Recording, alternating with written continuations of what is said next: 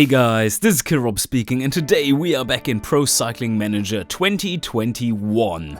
And today I have a bit of a special video for you, because today we are going to tackle one of the black boxes in the game, and that is the new feature, which is the objective system and fitness training. How does it work? No one knows, but we shall find out today.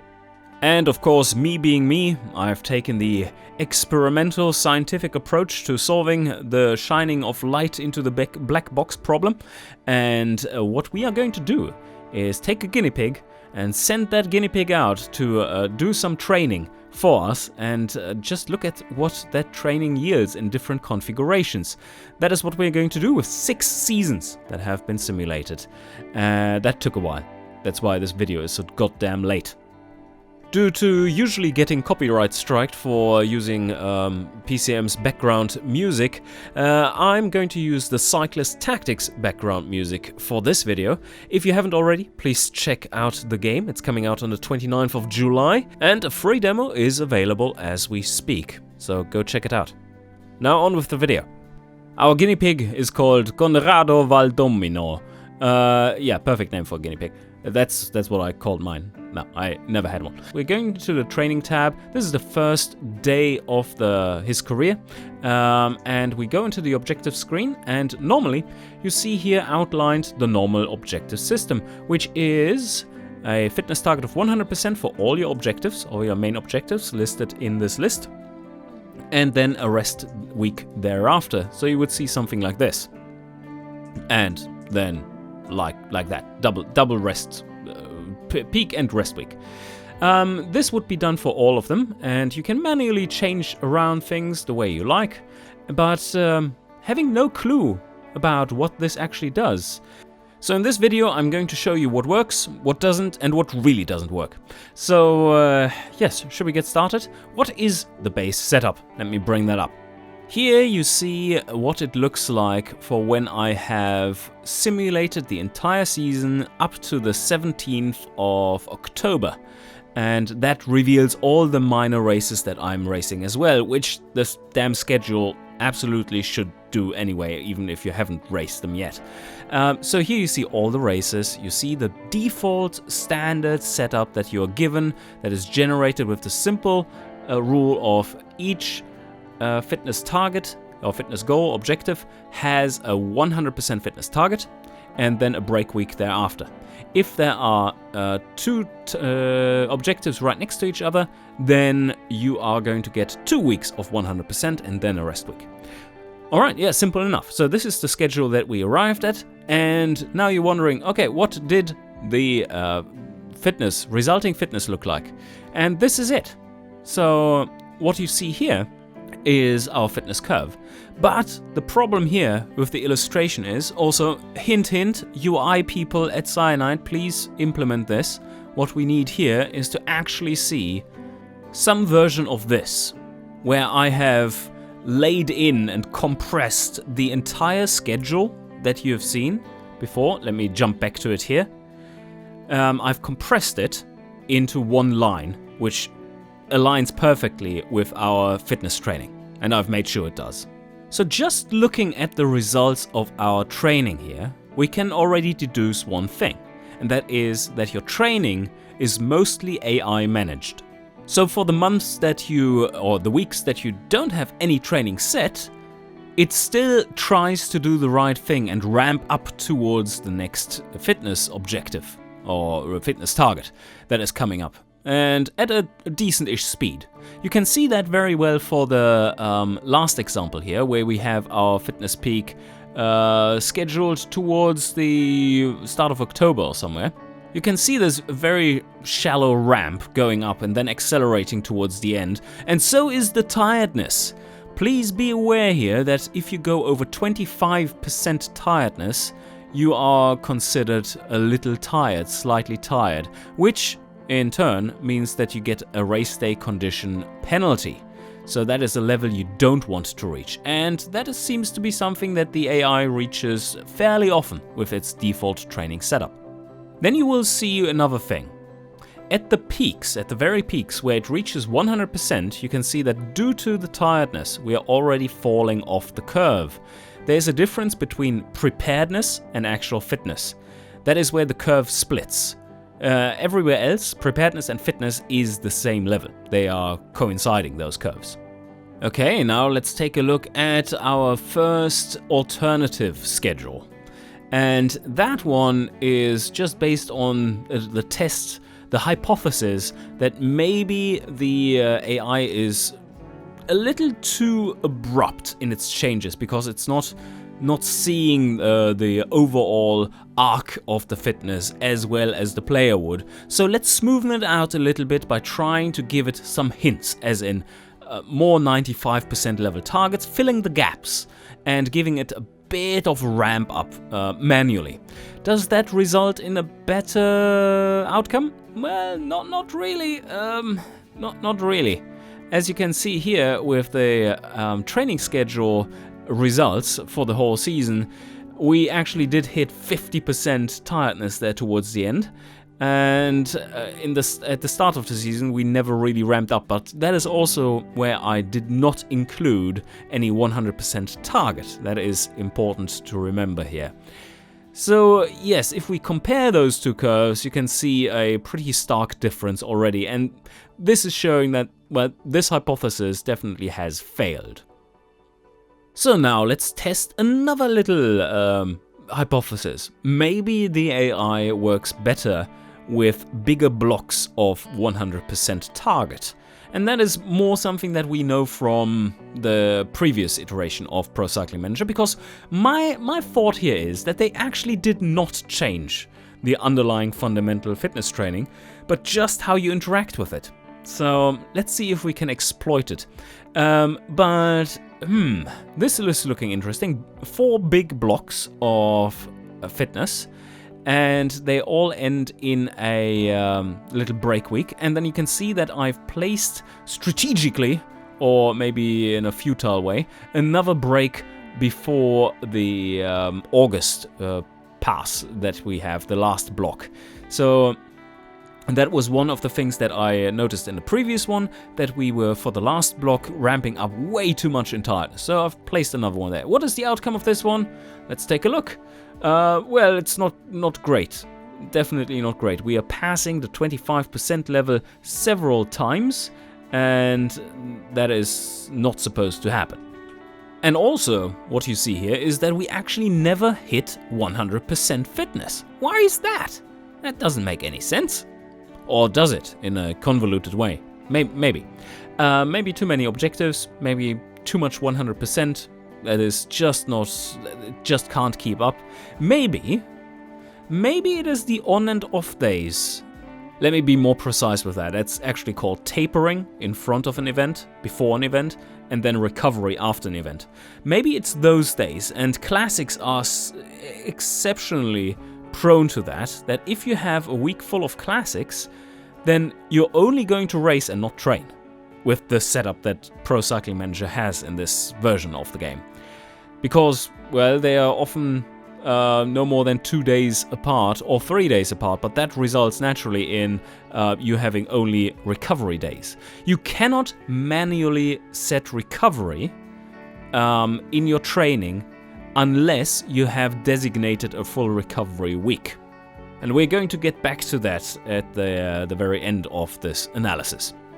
But at this point, I was a little taken aback by how difficult it seems to produce something that has a reasonable result in terms of fitness, especially compared to previous iterations of the game where I was known for to be the person who ran the entire season at 100%, which worked really nicely.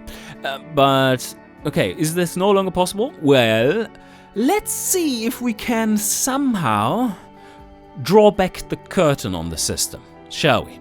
What happens if you just don't designate any training whatsoever? What happens then? Let's take a look. Oh my god. Okay, we are onto something here. I think we are onto something here. Do you see how this just continues to rise? Little suspicious that. And our tiredness actually is reasonably well managed. We're staying we're just at the 25% limit there towards the end, which is not optimal. But we are at a constant 98% fitness towards the end, 97, 96. Half the year is at 96 or above fitness. So that is looking like something pretty powerful already. How come?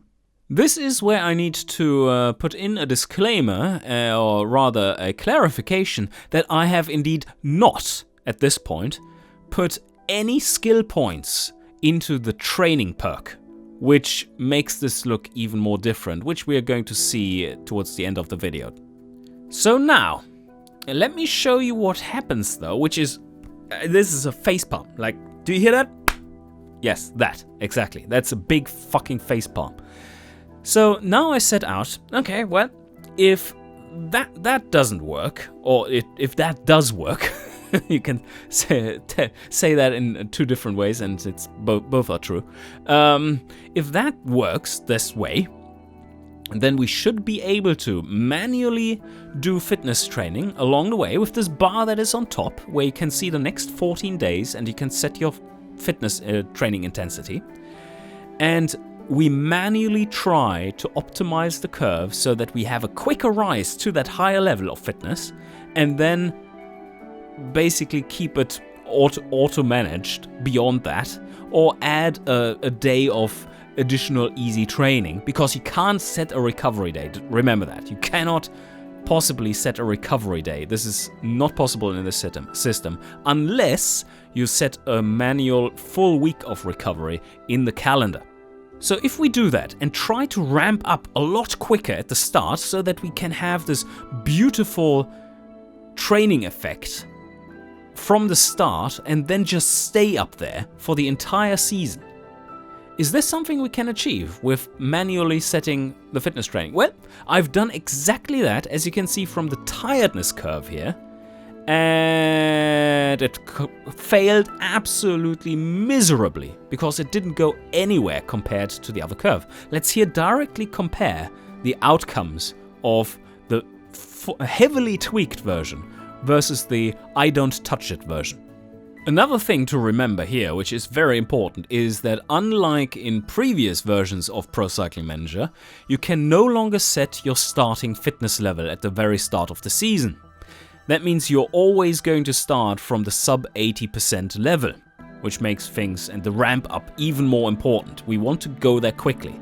But we have seen in previous iterations of this calendar with different schedules that there was a faster ramp up. How do you construct it such that there is a faster ramp up? But before we try to answer that question, let's take another look at the tweaked training schedule and let me explain what happened there towards the end. As you can see in the overlaid version, I did try to actually ramp up quicker by placing that green fitness target 100% zone right at the start of the season, a double week there. And then I placed, because this is currently buggy, I tried to cheat the system, exploit it maximally. If you look at the schedule itself, there are some end pieces, and let me switch back to our current rider here. There are some end pieces to this, which are not quite a full week. You see this? What I'm changing here right now? This is not 2 weeks, that is 1 week. Because these bars beforehand are, yeah, you can see that, but you can change them individually. So I thought, well, if I don't want to drop off as hard in fitness, then I can just set this little one here to be rest and keep this one at nothing. Turns out that if you set one, it actually overrides the other one. So it is a UI bug in that sense. It's not a functionality bug, it's a UI bug. So yes, that's what happened to my fitness level there with the mini rest week marked over there, because it was the full week and not just the 3-day period that I had intended.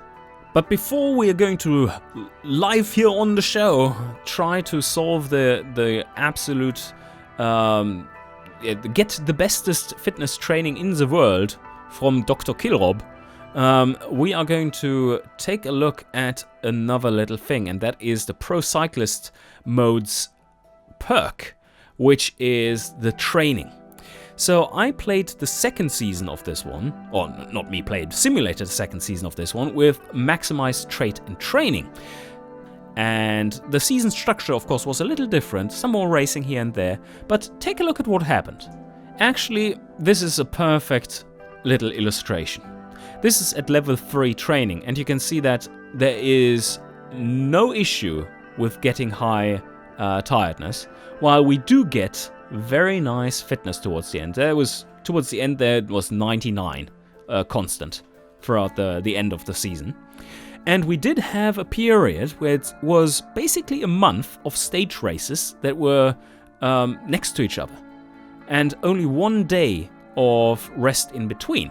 So basically a grand tour from an exertion standpoint. And what you see there is, yes, our tiredness shot up, but then gradually recovered thereafter in a nice fashion, while not losing any fitness. And again, I tried, as you can see, to up my fitness by placing early fitness targets. That doesn't seem to be working. Maybe they are too early. So let me do the following instead. Now that we know that this here is the way to go in general if you want to have a very, very high fitness level, and I have shown through the tweaking where I tried to optimize my training hardness at the start of the season by adding hard training manually, that doesn't work whatsoever, or minimally so, that this seems to be the optimal approach, but now we just need to find a way to boost that early season fitness. So let's go back to our current rider here and try to do this live. So for the Tour Down Under and for the Geelong Ocean Race, I have set a 2-week 100% target fitness peak, and they are listed in my objectives as well. And what we are going to do now is simulate all the way to March and see what comes out of that. Oh, and by the way, I'm not actually racing the Tour Down Under because I'm a level 1 rider, and level 1 riders aren't even allowed to go.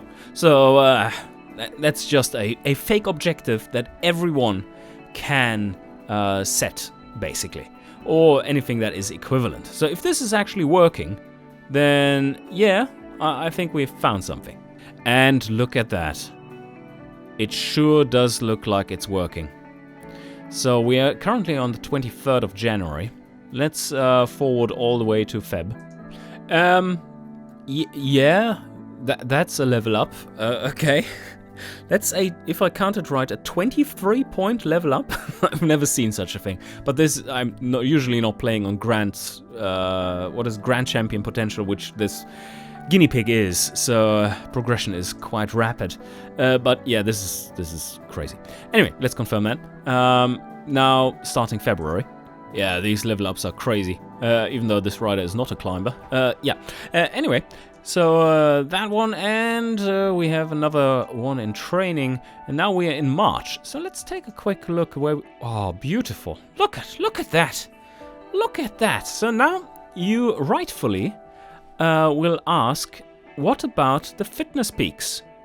Yeah, that is a very important point. That is something that somewhat works with the pre-made fitness training that automatically is done.